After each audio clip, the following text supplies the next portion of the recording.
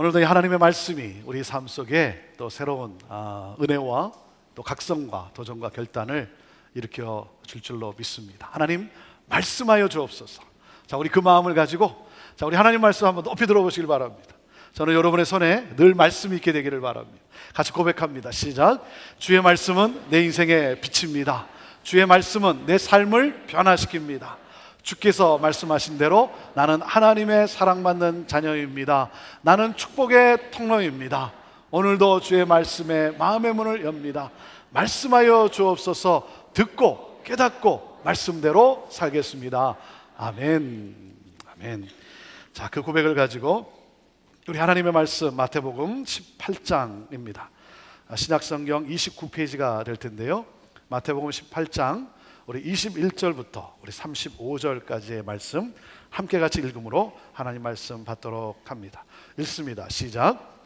그때에 베드로가 나와 가로되 주여 형제가 내게 죄를 범하면 몇 번이나 용서하여 주리이까? 7번까지 하오리이까? 예수께서 가라사대 내게 이르노니 7번뿐 아니라 70번씩 7번이라도 할지니라. 이러므로 천국은 그 종들과 회개하려 하던 어떤 임금과 같으니 회개할 때에 1만 달란트 빚진 자 하나를 데려오매 갚을 것이 없는지라. 주인이 명하며 그 몸과 처와 자식들과 모든 소유를 다 팔아 갚게 하라 한데 그 종이 엎드려 절하며 가로되 내게 참으소서 다 갚으리이다 하거늘 그 종의 주인이 불쌍히 여겨 놓아 보내며 그 빚을 탕감하여 주었더니 그 종이 나가서 제게 100데나리온 빚진 동관 하나를 만나 붙들어 목을 잡고 가로되 빚을 갚으라 하매 그 동관이 엎드려 간구하여 가로되 나를 참아 주소서 갚으리이다 하되 허락하지 아니하고 이에 가서 저가 빚을 갚도록 옥에 가두거늘 그 동관들이 그것을 보고 심히 민망하여 주인에게 가서 그 일을 다 고하니 이에 주인이 저를 불러다가 말하되 악한 종아 내가 빌기에 내가 내 빚을 전부 탕감하여 주었거늘 내가 너를 불쌍히 여김과 같이 너도 내 동관을 불쌍히 여김이 마땅치 아니하냐고 주인이 노하여 그 빚을 다 갚도록 저들 옥졸들에게 붙이니라. 너희가 각각 중심으로 형제를 용서하지 아니하면 내 천부께서도 너에게 이와 같이 하시리라. 아멘. 하나님 아버지, 오늘도 말씀 앞에 우리의 마음 문을 열고 하나님의 음성을 듣고자 합니다. 주님 말씀하여 주옵소서. 이 말씀 가운데 하나님의 그 놀라운 은혜의 깊이와 은혜와 크기를 알게 하시고 하나님 그 감격 속에 이 말씀대로 살아가는 우리 모든 성도들 형제 공동체 되게 하여 주옵소서. 예수님의 이름으로 기도함나이다. 아멘. 오늘은 하나님 나라 비유 시리즈 두 번째 용서하는 자의 나라에 대해서 여러분과 함께 말씀을 나눕니다. 여러분 성경의 핵심 주제가 무엇이라고 했습니까? 성경의 핵심 주제는 하나님 나라입니다. 하나님 나라, 하나님이 통치하시는 나라, 하나님이 다스리시는 나라, 하나님의 가치관으로 움직여지는 나라, 하나님의 뜻이 이루어지는 나라. 사랑하는 여러분, 저는 오늘도 여러분의 삶에 하나님 나라가 임하게 되기를 간절히 원합니다. 여러분, 하나님의 통치가 있어야 되는 거예요. 우리의 삶에 하나님의 통치가 있어야 되는 거예요. 그 하나님의 다스리심, 그래서 우리의 삶을 통해 하나님의 뜻이 이루어지는 이 놀라운 새로운 역사가 있어야 되는 거예요. 저는 여러분 모두가 이 하나님 나라가 임함으로 말미암아 하나님의 가치관으로 이 땅을 살아가게 되기를 주님의 이름으로 축원합니다. 자기 중심적 삶에서 이웃 중심적 삶을 살아가게 되기를 주님의 이름으로 축원합니다. 분열이 아니라 연합을 가져오는 그러한 삶을 살아갈 수 있게 되기를 바랍니다. 자, 그러기 위해서는 우리가 어떻게 해야 할까요? 장차 임할 하나님 나라를 내가 소망하면서, 장차 임하게 될 이 하나님 나라를 소망하면서 오늘도 하나님 나라에 합당한 삶을 살겠다라고 하는 이 거룩한 열정을 가지고 하나님 나라가 임하기를 간절히 지속적으로 기도해야 되는 거예요. 기도해야 하는 거예요. 하나님 나라에 합당한 삶을 내가 살기를 원합니다. 주여 나를 그렇게 인도하여 주시옵소서. 성령이여 임하셔서 하나님의 영으로 임하셔서 하나님의 통치가 이루어지는, 하나님의 뜻을 이루어가는 삶을 살아가는, 그러므로 하나님 나라를 확장해가는 그러한 삶이 되게 하여 주옵소서. 여러분, 이 소망을 가지고, 이 거룩한 열정을 가지고 하나님 앞에 지속적으로 계속해서 기도하며 나아가는 거예요. 그리스도인은 하나님 나라를 이 세상에 실현시키는 존재입니다. 여러분, 하나님 나라가 임한 사람, 하나님 나라 천국을 소유한 사람은 어떻게 살아갑니까? 지난주 나눈 첫 번째 메시지가 무엇입니까? 하나님 나라를 소유한 사람은 세상과는 다른 긍휼한 마음을 가지고 살아간다는 거예요. 하나님이 베푸신 긍휼을 베풀며 살아간다. 하나님 나라는 긍휼히 여기는 자의 나라예요. 하나님 나라는 긍휼히 여기는 자들의 공동체예요. 자, 오늘 두 번째 메시지입니다. 하나님 나라를 소유한 사람, 하나님 나라가 임한, 천국이 임한 그 사람은 어떻게 살아간다? 용서하며 살아간다. 하나님 나라는 용서하는 자의 나라예요. 용서하는 자들의 공동체예요. 여러분, 우리는 하나님의 용서로 하나님 나라에 들어온 사람들이에요. 그렇기 때문에 하나님 나라의 가장 근본적인 파운데이션, 하나님 나라의 기초는 용서입니다. 용서가 하나님 나라의 기초고, 용서가 바로 교회 공동체의 기초이고, 용서가 우리의 삶의 기초이어야 하는 거예요. 우리는 이 용서라고 하는 기초 위에 하나님 나라의 삶을 살아가는 사람들이에요. 그렇기 때문에 우리가 서로를 대하는 태도는, 여러분, 이 진리에 기초해야 되는 거예요. 용서하는 삶이 우리의 삶이어야 하는 거예요. 그렇지 않은 사람은 공동체의 기초를 허무는 사람이에요. 그렇지 않은 사람은 공동체를 파괴하는 사람이에요. 여러분, 내가 이렇게 이 교회 안에 들어왔다는 것은, 이 사실은 오직 예수 그리스도의 보혈이에요. 오직 예수 그리스도의 보혈, 그분의 용서만으로 교회 안에 들어온 거예요. 여러분, 우리가 이 진리를 잊지 말아야 되는 거예요. 내게 어떤 공로가 있어서 내가 의로워서 여기 나올 수 있는 것이 아니라 오직 예수 그리스도의 그 은혜로 말미암아, 오직 예수 그리스도의 용서로 말미암아 우리는 오늘 여기 있는 거예요. 사랑하는 여러분, 그렇기 때문에 용서하는 삶이 우리의 삶이어야 한다는 거예요. 하나님으로부터 용서받은 자로서 서로를 용서하지 못한다는 것은, 하나님으로부터 용서받은 자인데 이웃을 용서하지 못한다는 것은 내가 받은 용서의 넓이와 크기와 그 깊이가 무엇인지를 알지도 못하는 것이고 누리지도 못하고 살아가고 있다는 겁니다. 하나님의 용서가 내 삶에 아무런 관계가 없는 것이죠. 여러분, 그리스도의 용서로 서로를 대함으로 하나님 나라를 이 땅에 실현하는 예수 공동체를 우리가 이루어 가는 거예요. 하나님 나라는 용서하는 자의 나라예요. 자, 오늘 말씀은 이렇게 시작이 됩니다. 베드로가 예수님께 묻습니다. 예수님, 선생님, 형제가 내게 죄를 지으면 몇 번이나 용서해야 합니까? 자, 그러면서 뭐라고 또 붙여요? 그러면서 한마디 더 붙이죠? 뭐라 그럽니까? 7번까지 해야 합니까? 그렇게 물어요. 여러분, 무슨 말이에요? 베드로가 지금 무슨 말을 하고 있는 거예요? 나는 7번까지 용서해 줄 의향이 있다는 거예요. 그렇게 지금 말하고 있는 거예요. 당시 유대 랍비들은 최대한 3번까지 용서해 주라고 가르쳤어요. 최대한 3번까지. 자, 그러니 7번, 여러분 2배를 넘는 용서를 하겠다라고 하는 그렇게 나는 용서할 나는 의향이 있다라고 하는 이 베드로의 얼굴 표정을 여러분 한번 상상해 보세요. 자신을 지금 과시하고 있는 거예요. 선생님, 스승님, 나는 내게 죄를 진 자에게 나는 7번 정도까지도 나는 용서해 줄 수 있는 그런 의향이 나는 있습니다. 선생님, 자랑스럽지 않습니까? 선생님의 제자가 이렇게 변했다는 사실에 자랑스럽지 않습니까? 누군가 이렇게 말을 했습니다. 사랑하는 것보다 힘든 것이 용서하는 것이다. 그렇죠? 사랑하는 것보다 힘든 것이 용서하는 것이다. 사실 나의 마음을 상하게 하고 인격을 모독하고 나에게 피해를 입힌 사람을 용서하기란 쉽지 않아요. 쉽지 않아요.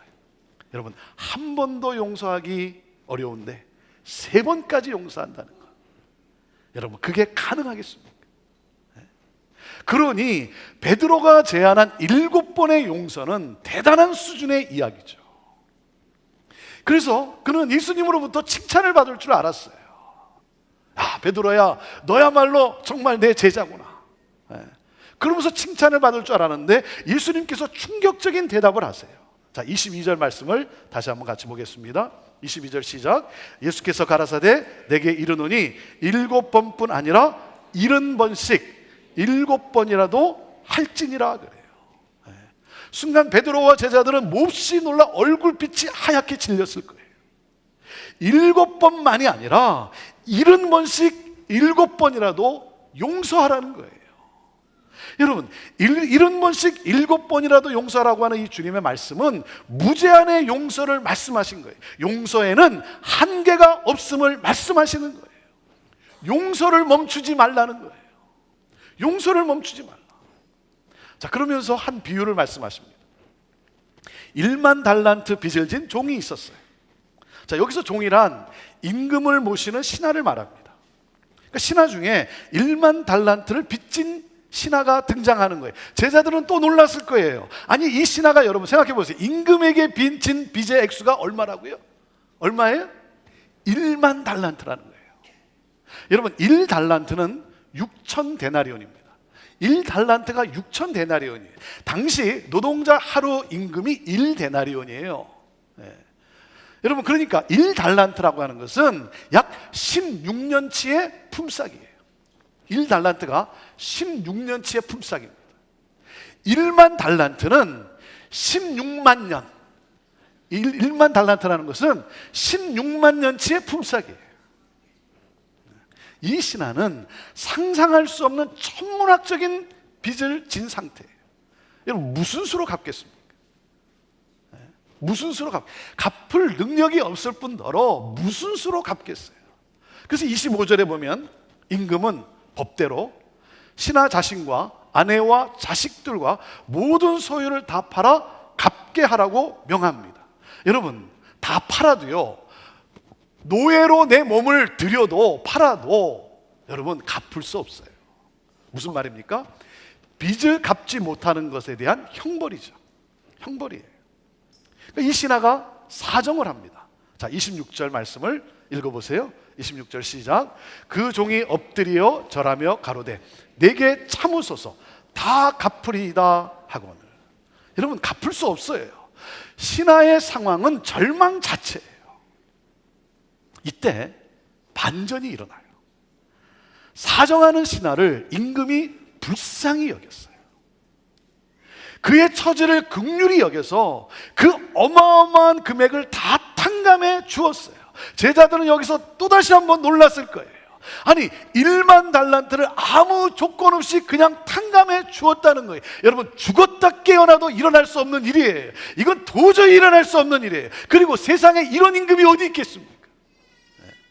이런 임금이 어디 있겠어요? 여러분, 이 신하가 얼마나 기뻤겠습니까?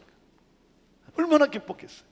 용서의 기쁨을 누리며 나오는 길에 자기에게 100데나리온 빚진 동료를 만납니다. 여러분, 100데나리온은 어느 정도겠어요? 100일치 품삯이에요.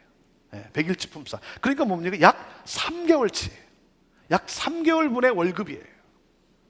여러분, 3개월분의 월급 결코 작은 돈은 아닙니다. 그렇죠? 결코 작은 돈은 아니에요. 하지만 1만 달란트와 100데나리온은 60만 대 1이에요. 60만 대 1이에요. 쉽게 말하면 60만 불의 빚을 탕감받았는데 1불 빚진 자를 만난 거예요. 그런데 이 신하가 어떻게 합니까? 28절 말씀을 보세요.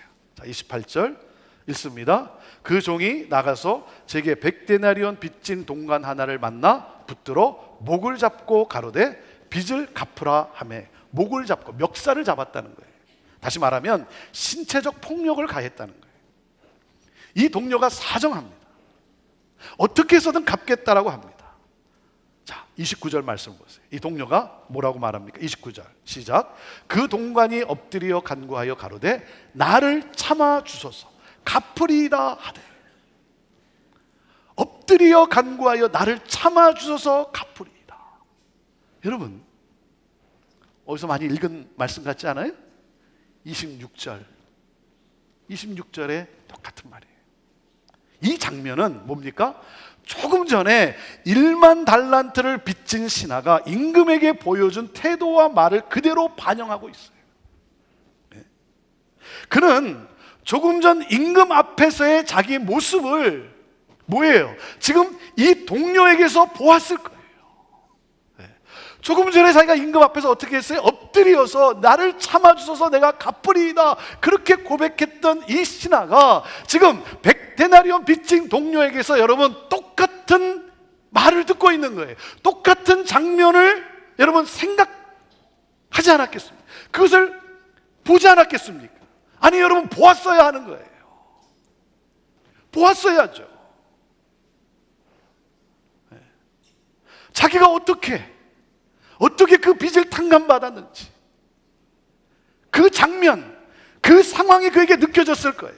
그런데 그 동료의 사정을 불쌍히 여기지 않고 감옥에 쳐넣었어요. 여러분 빚을 갚지 않으면, 못하면 감옥에 넣을 수 있어요. 그게 법이에요. 정의로 행했어요. 법대로 했어요. 여러분 이 사람이 불법을 행한 것은 아니에요. 하지만 여러분 지금 1만 달란트 탕감을 받고 나오는 길이에요. 1만 달란트 탕감을 받고 나오는 길에 갚을 수 없는 금액이었는데 임금이 긍휼히 여겨 다 탕감해 주었어요. 놀라운 은혜를 경험했어요. 여러분 조금 전이에요. 여러분 1년이 지나서 감격을 잊어버린 것도 아니고, 아니 그리고 여러분 1년이 지났어도 어찌 그 감격을 잊을 수 있겠습니까? 절망 상태에 있었던 나를, 도저히 갚을 수 없는 그런 나를 여러분 긍휼히 여기서 다 탕감해 줬다는 거예요.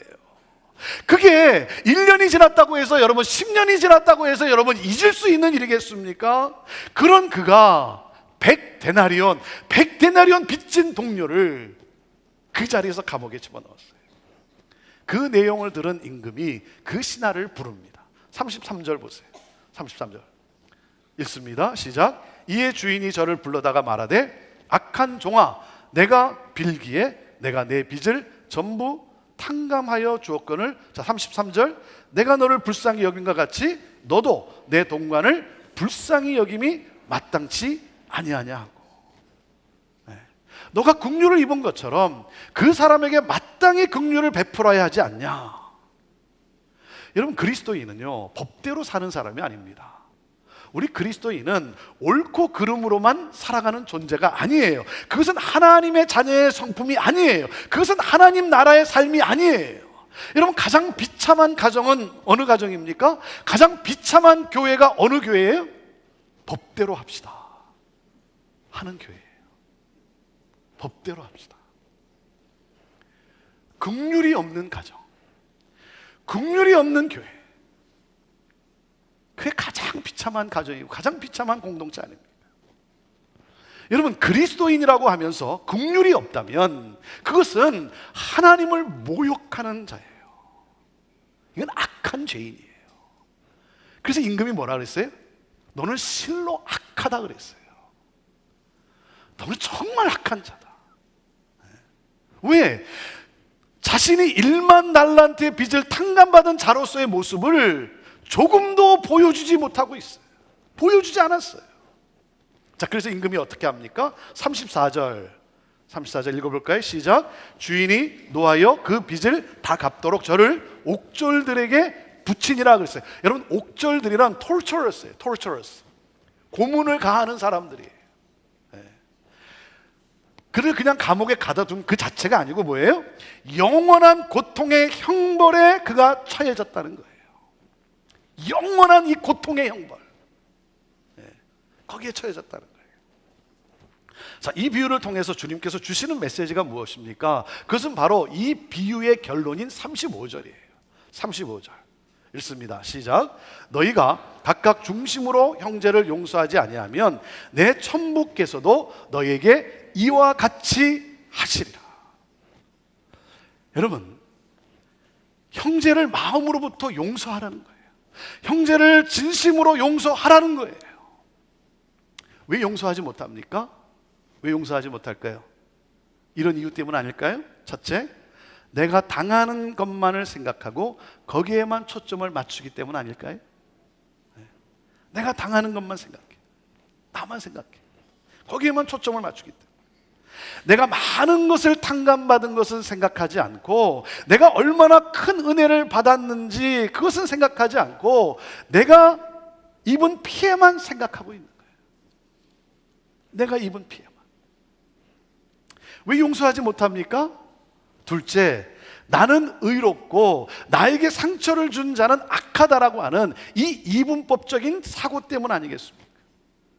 나는 의로운데 저 사람은 악한, 이 이분법적인 사고 때문에. 여러분, 생각해 보세요. 내가 탕감을 받을 수 있었던가? 이 신하는 어떻게 생각을 하고 있었을까요?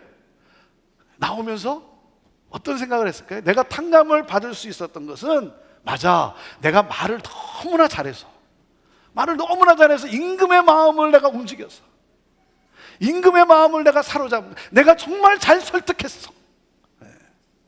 나의 노력이에요. 나의 공로로. 이게 어디까지 가겠어요? 그러니까 뭐예요? 나의 의가 하나님의 용서를 가져온 것으로 생각하고 있기 때문인 것이죠. 내가 너무나 잘해서,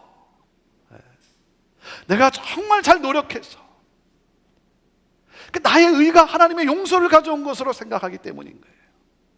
여러분, 자신이 의롭다라고 생각하는 사람은요, 자신은 누구에게도 상처를 주지 않았다고 생각을 해요. 자기는 의로우니까. 그런데 사실 그런 사람이 남들에게 더 많은 피해를 끼쳤고, 그리고 끼쳐요. 그래서 주님이 말씀하시는 거예요.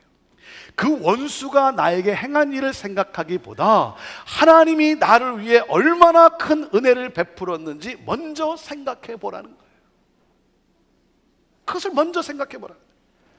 내가 그 사람을 어떻게 용서할 수 있겠는가? 말이 좋아서 사람이죠. 내가 어떻게 그 X를 내가 용서할 수 있겠는가? 여러분, 그런 순간, 그런 생각이 드는 순간 뭐예요? 주님이 누구 때문에 십자가를 지셨는지 생각해 보라 이거예요. 내가 어떻게 그놈을 내가 용서할 수 있겠는가라고 하는 생각이 드는 순간, 여러분, 누구 때문에 우리 예수님이 모욕과 수치와 고통을 당했는지를 생각해 보라는 거예요. 누구 때문에 우리 예수님이 채찍질과 손감 여러분 발에 못질을 당했는지 생각해 보라는 거예요. 사랑하는 여러분, 내가 누구였습니까? 내가 누구였어요? 나는 1만 달란트를 빚진 자였어요. 그게 나예요. 그게 나였어요. 나는 1만 달란트를 빚진 자였어요. 1000만 번을 죽었다 깨어나도 하나님께 진 빚을 갚을 수 없는 그런 나였어요. 그런 나에게 1만 달란트의 은혜가 주어졌어요. 1만 달란트의 은혜를 받았어요. 사랑하는 여러분, 오늘 저는 여러분이 바로 이 사실을, 내가 1만 달란트 빚진 자였다라고 하는 이 사실을, 저는 여러분이 깨달을 수 있게 되기를 바랍니다. 그리고 뭐예요? 1만 달란트 은혜를 받았다는 사실을 여러분이 깨달을 수 있게 되기를 바라요. 이것이 복음이에요, 복음. 나는 1만 달란트 빚진 자였는데, 저는 오늘 여러분을 복음으로 초청을 합니다. 사랑하는 여러분, 내가 1만 달란트 빚진 자라고 하는 사실을 내가 전혀 모르고 지냈다고 한다면, 내가 1만 달란트 빚진 자였다는 사실을 내가 믿고 지금 지내고 있다고 한다면, 사랑하는 여러분, 나는 1만 달란트 빚진 자였고 1만 달란트의 은혜를 하나님으로부터 받았다라고 하는 이 놀라운 사실에 여러분의 심령이 다시 한번 새롭게 감동할 수 있게 되기를, 감격할 수 있게 되기를 주님의 이름으로 축원합니다. 여러분, 이 1만 달란트의 가치가 어느 정도였냐면, 하나님의 아들 독생자 예수 그리스도께서 인간의 몸으로 이 땅에 오셔서 나의 빚을 갚기 위해 십자가에 달려 죽으신 이 속죄의 능력과 크기를 말하고 있는 거예요. 이 1만 달란트의 은혜라는 것은, 여러분, 하나님이 인간의 몸으로 와서 내 죄를 갚기 위해 내 대신 십자가에 달리신 그 죄 속의 그 능력과 그 크기를 말하고 있는 거예요. 우리는 갚을 수 없는 빚을 탕감받았고 이 갚을 수 없는 무한한 은혜를 입었어요. 여러분, 내가 이 은혜를 어찌 잊을 수 있단 말입니까? 여러분, 잊어서는 안 되는 거죠. 나는 그런 자였는데 하나님이 나에게 이런 은혜를 부어주셨어요. 사랑하는 여러분, 신앙생활이라는 건 뭡니까? 신앙생활이라는 것은 바로 이 하나님의 은혜의 이 넓이와 크기와 이 깊이를 알아가는 거예요. 하나님의 그 어떤 은혜가 나에게 임했는지, 여러분, 이것을 알아가는 거예요. 이 놀라운 은혜를 내가 더 체험해가는 거예요. 사랑하는 여러분, 이 사실을 내가 깨닫는다면 상대방을 용서할 수 있지 않겠습니까? 상대방이 나한테 한 것이 아무리 커다 해도 내가 받은 그 긍휼을 생각하면, 여러분, 그것은 100데나리온에 해당되는 건 아니겠습니까? 네. 주님이 말씀하시는 거예요. 나는 너의 1만 달란트를 용서했는데 너는 왜 그 100데나리온을 용서하지 못하느냐? 네. 용서하지 못하는 우리를 향한 예수님의 안타까운 마음이에요. 여러분, 나에게 해를 입힌 사람을 용서한다는 것은 그건 쉬운 일이 아니죠. 그건 결코 쉽지 않아요. 아니, 어떻게 용서할 수 있겠습니까? 내가 당한 것, 내가 본 손해, 내가 피해를 입은 것, 내가 받은 폭력, 내가 받은 폭언을 생각하면 그 사람도 그렇게 당해야죠. 아니, 그보다 더 크게 당해야죠. 하지만 여러분, 내가 당한 것만 생각하면 내가 용서할 수 없지만 주님이 베풀어 주신 은혜를 생각하면 나는 1만 달란트의 용서를 받은 자이기 때문에 내 마음의 빗장을 열 수가 있고, 그리고 용서할 수 있지 않겠습니까? 우리가 어떻게 용서하며 살아갈 수 있을까요? 첫째, 이겁니다. 하나님의 긍휼하심을 생각하며 용서의 기도를 하는 거예요. 하나님의 이 긍휼하심을 생각하면서 용서의 기도를 하는 거예요. 하나님, 용서하지 못하는 나의 죄를 용서해 주십시오. 용서해야겠는데, 용서해야 된다는 것을 아는데 용서하지 못하는 이 나의 죄, 하나님, 이 나의 죄를 용서해 주십시오. 여러분, 그렇게 기도하세요. 그러면 성령으로 말미암아 내 마음에 긍휼의 마음이 커지기 시작합니다. 여러분, 기도라는 것은 기도의 내용이나 기도의 환경이 변화되는 것보다 기도하는 사람의 마음이 변화되는 것 아닙니까? 긍휼한 마음을 갖게 되는 거예요. 그리고 둘째, 하나님의 긍휼하심을 생각하며 복음을 전하는 거예요. 복음을 전하는 거예요. 여러분, 복음을 알면, 복음을 받아들이게 되면 뭡니까? 우리가 뭐예요? 우리가 복음으로 하나님께 용서를 구하고, 그래서 그 용서를 받고 긍휼함으로 나아가듯, 여러분, 그들도 하나님의 긍휼하심을 깨닫게 되고 그들 또한 긍휼함으로 돌아서게 되는 거예요. 여러분, 사람이 변화될 수 있는 것, 여러분, 그것은 오직 복음뿐이에요. 여러분, 그 원수가 나한테 사과할 것 같아요? 절대 안 하죠. 할 줄을 몰라요. 여러분, 그 사람이 변화될 수 있는 것, 그것은 오직 복음뿐이에요. 그렇기 때문에 뭡니까? 여러분, 그 사람의 영혼을 생각해 보면 너무나 불쌍한 것 아닙니까? 왜? 이 복음을 모르면 그는 영원한 고통의 형벌에 처할 수밖에 없는 거예요. 그래서 그가 불쌍해 보이는 거예요. 여러분, 그가 변해서 뭡니까? 그도 하나님 나라의 백성이 돼야 되는 것 아닙니까? 하나님 나라에 들어가야 되는 것 아닙니까? 그래서 뭐예요? 그 사람이 변화될 수 있는 유일한 길, 그것은 오직 복음밖에 없어요. 그래서 여러분, 원수에게도 복음을 들고 가는 거예요.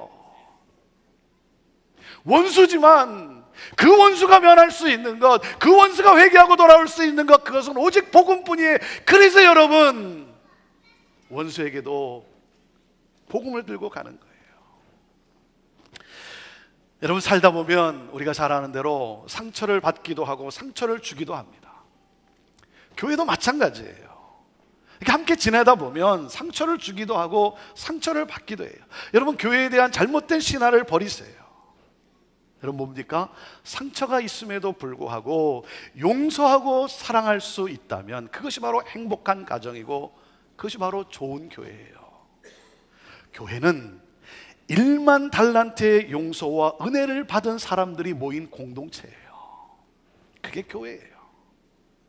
그러니까 용서가 하나님 나라의 기초고, 용서가 교회 공동체의 기초고, 용서가 바로 우리 삶의 기초이어야 되는 거예요.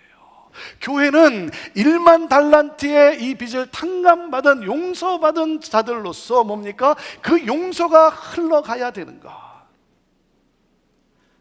그것이 바로 교회인 거예요. 여러분, 나는 1만 달란트의 은혜를 받은 사람이라는 사실을 기억하며 삽시다. 기억하며 삽시다. 우리는 이 용서라는 기초 위에 하나님 나라의 삶을 살아가는 사람들이에요. 용서는 하나님 나라를 이 땅에 실현하게 하는 능력이에요. 하나님 나라는 용서하는 자의 나라예요. 제가 이 말씀을 준비하며 묵상하는 가운데 계속해서 제게 떠오르는 사람이 있었어요. 용서라고 하는 이 단어와 함께, 이 용서라는 단어가 나오면 그와 함께 계속해서 제게 떠오르는 사람이 있었어요. 오래전에 저를 아주 힘들게 했던 사람이에요. 저를 너무나 힘들게 했던, 저에게 큰 피해를 준 사람이에요. 제가 용서했어요. 그런데 다시 생각이 나는 거예요. 여러분, 용서했다고 해서 잊은 것은 아니더라고요. 용서했다고 해서 내 기억에서 사라지는 것은 아니더라고요. 제가 얼마 전에 이 페이스북을 하다가, 페이스북 하는 가운데 그 사람이 어디에 살고 있는지를 알게 되었어요. 이제 알아요, 저는 어디에 살고 있는지.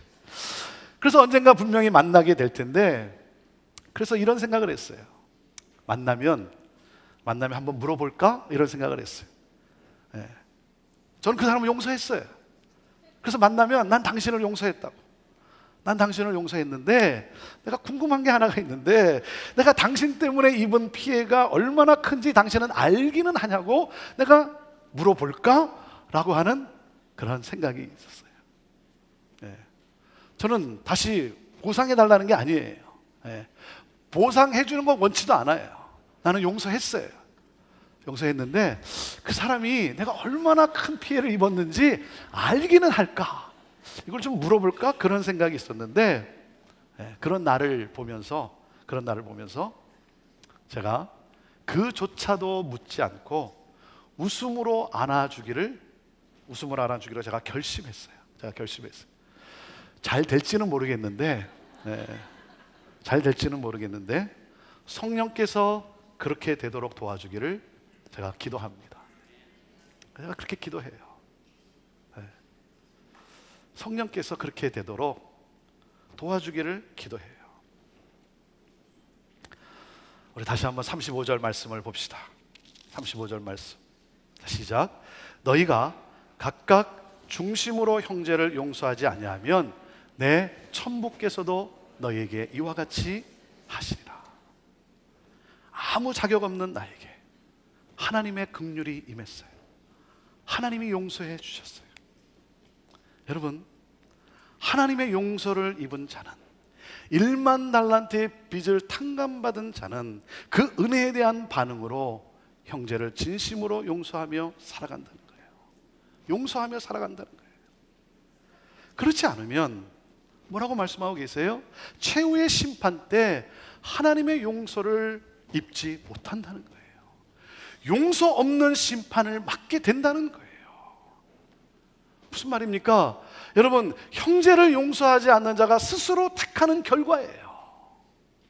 스스로 택하는 결과예요. 하나님 나라가 임한 사람은, 이 하나님의 은혜를 입은 사람은, 이 빚을 탕감받았다는 사실을 고백한 사람은, 사랑하는 여러분, 그 은혜에 반응하며 용서하며 살아갑니다. 이 하나님의 놀라운 은혜가, 이 하나님 나라가 여러분의 삶 속에 임함으로 말미암아 여러분을 통해 그 하나님 나라가 확장되어지는 그러한 복된 삶을 살아가게 되기를 주님의 이름으로 축원합니다. 기도하겠습니다. 하나님, 용서하게 하여 주옵소서. 하나님, 용서할 수 있도록 하나님 용서의 능력을 나에게 하나님 주시옵소서. 하나님, 내가 할 수 있는 것이 아니기 때문에 하나님의 영이, 성령이 역사하셔야 되기 때문에 오늘도 성령님을 초청합니다. 그러므로 평강이 임한, 하나님 나라가 임한 삶을 살아가는 내가 되기를 원하고 자유케 되기를 원합니다.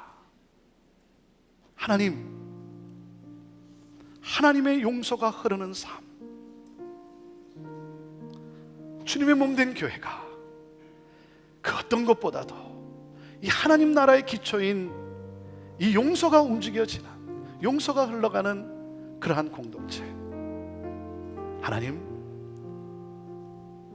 나라를 소유한 자로서 이 복된 삶을 살아가는 우리 모두가 되게 하옵소서. 내가 1만 달란트를 탕감받았다는 이 놀라운 은혜, 이 은혜를 잊지 않고 이 은혜에 반응하며 살아가게 하옵소서. 예수님의 이름으로 기도하옵나이다. 아멘.